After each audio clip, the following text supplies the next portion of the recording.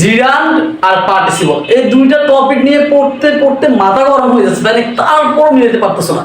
Just দুইটা rules না, just দুইটা ওয়ার্ডের মাধ্যমে আমি পুরো টপিকটাই তোমার কাছে ক্লিয়ার করে দিব। ওকে, আসো জিরান কি? জিরান হচ্ছে ভার্ব প্লাস আইএনজি। আসো পার্টিসিপল কি? Participle verb plus ING. এখন প্রশ্ন হচ্ছে দুইটাই ভার্ব প্লাস আইএনজি, আমি কিভাবে বুঝবো কোনটা জিরান কোনটা পার্টিসিপল? এখানে জিরান হচ্ছে কি নাউনের কাজ করে, পার্টিসিপল কিসের কাজ করে? অ্যাডজেক্টিভের কাজ করে। এখন দুইটা যেহেতু ভার্ব প্লাস আইএনজি, কোন সময় নাউন হচ্ছে কোন সময় অ্যাডজেক্টিভ হচ্ছে এটা বোঝাও কিন্তু কষ্টকর সেন্টেন্সের মধ্যে। এই জন্য আমি জাস্ট একটা ওয়ার্ড দিব, যে ওয়ার্ড দিয়ে জিরান ক্লিয়ার, একটা ওয়ার্ড দিব যে ওয়ার্ড দিয়ে পার্টিসিপল ক্লিয়ার। সে ওয়ার্ডটা কি? জিরান হচ্ছে চলমান নয়। জিরান হচ্ছে চলমান নয়। কোনো ঘটনা যদি ওই মুহূর্তে না ঘটে, যদি ওই মুহূর্তে চলমান না হয়, তাহলে সেটা হচ্ছে জিরান। আবার কোনো ঘটনা যদি ওই মুহূর্তে চলমান হয়, মানে ওই মুহূর্তে ঘটনাটা ঘটতেছে, তাইলে সেটা হবে পার্টিসিপল। আমি উদাহরণ দিলে বুঝতে পারবো। যেমন আমি এখানে উদাহরণ দিচ্ছি, রিডিং ইজ গুড হ্যাবিট, মানে পড়াশোনা ভালো অভ্যাস। তাহলে এই কথার অর্থ কি এটা যে এখন কেউ পড়াশোনা করছে? না, এই কথার অর্থ কিন্তু এটা না যে এখনই কেউ পড়াশোনা করছে। নর্মাল কথা যে পড়াশোনা ভালো অভ্যাস, তার মানে এটা চলমান নয়, ঘটনাটা ওই মুহূর্তে ঘটছে না, তাহলে এটা জিরান। তাহলে এখানে রিডিংটা হচ্ছে কি? রিডিংটা হচ্ছে জিরান, যেহেতু চলমান নয়। আবার পার্টিসিপল একটা উদাহরণ, হি ইজ রিডিং বুক, সে বই পড়ছে।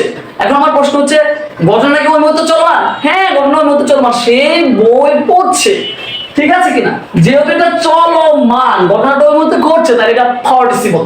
তারপর আরেকটা উদাহরণ দেখো, there is a flying bird. এখানে ফ্লাইংটা কি জিরান না participle? There is a flying bird, দেখো সেখানে একটা উড়ন্ত পাখি। পাখিটা কেমন? উড়ন্ত। তাহলে পাখি উড়ার কাজটা কি চলমান? হ্যাঁ, ওই মুহূর্তে চলমান, বিধে তো উড়ন্ত। তার মানে এটা হচ্ছে পার্টিসিপল। তার মানে জাস্ট দুটো কিওয়ার্ড, কোনো কিছু যদি চলমান হয় তাহলে পার্টিসিপল, কোনো কিছু যদি চলমান না হয় তাহলে সেটা হচ্ছে জিরান। আশা করি জিরান আর পার্টিসিপলের জীবনে কোনোদিন কোনো প্রশ্নে আটকাবে না। এবার একটা টপিক আসে বারবার নাউন, প্রায় এই টপিক থেকে প্রশ্ন চলে আসে। এটা সাধারণত বিসিএস এ প্রশ্ন, এই প্রশ্নটা আসে, ভার্সিটিতেও আসে। বারবার নাউন কি? দেখো, বারবার নাউন হচ্ছে ডিটারমিনার এবং প্রিপজিশন। ডিটারমিনার এবং প্রিপজিশনের মাঝখানে যে ওয়ার্ডটা বসে, ডিটারমিনার এবং প্রিপজিশনের মাঝখানে যে ওয়ার্ডটা বসে সেটাকে বলে কি? বারবার নাউন। সেটাকে কি বলে?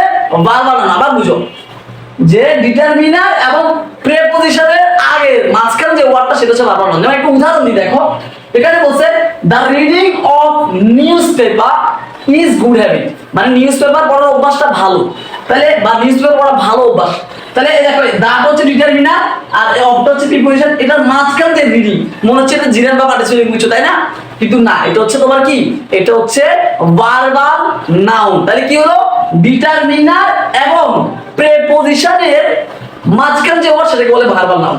ভার্বাল নাউনে মনে রাখতে হবে যে ডিটারমিনেটটা কি? ডিটারমিনেট হচ্ছে দ্যাট, দোজ, দিস, তারপর আর দিকের, মানে যেটা দ্বারা কোনো নাউনকে নির্দিষ্ট করে সেটা বলে ডিটারমিনার। তাহলে মাত্র এই কিওয়ার্ড দুইটার মাধ্যমে আমরা ফুল টপিক ক্লিয়ার।